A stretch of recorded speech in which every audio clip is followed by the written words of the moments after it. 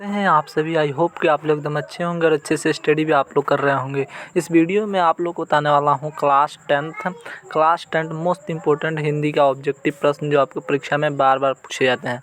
पहला प्रश्न कह रहा है मेरे भाई कि डॉक्टर भीमराव अंबेडकर का जन्म कब हुआ। डॉक्टर भीमराव अंबेडकर का जन्म ऑप्शन नंबर डी यानी कि 14 अप्रैल 1891 ईस्वी में हुआ था। तो ऑप्शन नंबर डी सही हो जाएगा।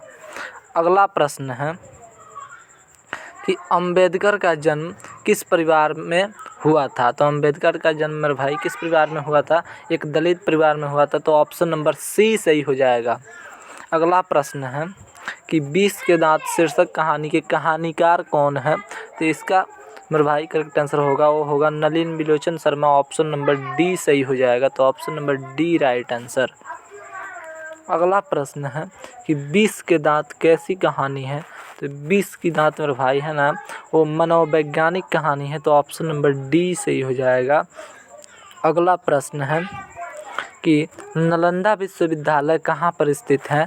तो इसका करेक्ट आंसर क्या हो जाएगा। इसका करेक्ट आंसर हो जाएगा Bihar. Option number A right answer हो जाएगा मेरे भाई। अगला प्रश्न है कि सर विलियम जॉन के भारत की यात्रा कब की थी। तो भाई इसका करेक्ट आंसर क्या हो जाएगा। तो इसका करेक्ट आंसर हो जाएगा 1783 ईस्वी। Option number D right answer हो जाएगा। अगला प्रश्न है कि महाभारत क्या है। तो महाभारत मेरे भाई एक पुराण है। तो option number D right answer हो जाएगा। अगला प्रश्न है कि देवताओं के राजा से किन्हें संबोधक किया जाता है। तो इसका करेक्ट आंसर क्या होगा। इसका करेक्ट आंसर हो जाएगा इंद्र को। तो option number C right answer हो जाएगा। अगला प्रश्न है कि कौन मनुष्य का आदर्श नहीं बन सकती। तो इसका करेक्ट आंसर हो जाएगा बद्रिया। तो बद्रिया मेरे भाई राइट आंसर होगा। Option number B right answer है ना।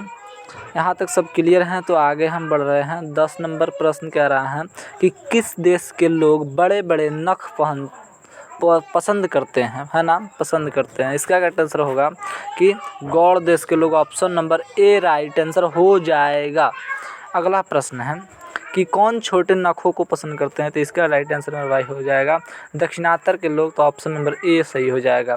सभी प्रश्न क्या है, मोस्ट इम्पोर्टेंट है, यानी कि आने की पूरी संभावना है परीक्षा में। अगला प्रश्न है नेपाल भाषा किस लिपि में लिखी जाती है। तो इसका करेक्ट आंसर हो जाएगा देवनागरी लिपि में, यानी option number D right answer हो जाएगा।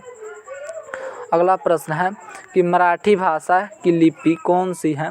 तो मराठी भाषा की लिपि मेरे भाई क्या है, तो देवनागरी है। तो ऑप्शन नंबर सी। अगला प्रश्न कह रहा है कि मौत का नगर किस लेखक की कहानी संग्रह है। तो मौत की नगर मेरे भाई अमरकांत जी की है। तो option number D right answer हो जाएगा। आगे बढ़ते हैं। अगला प्रश्न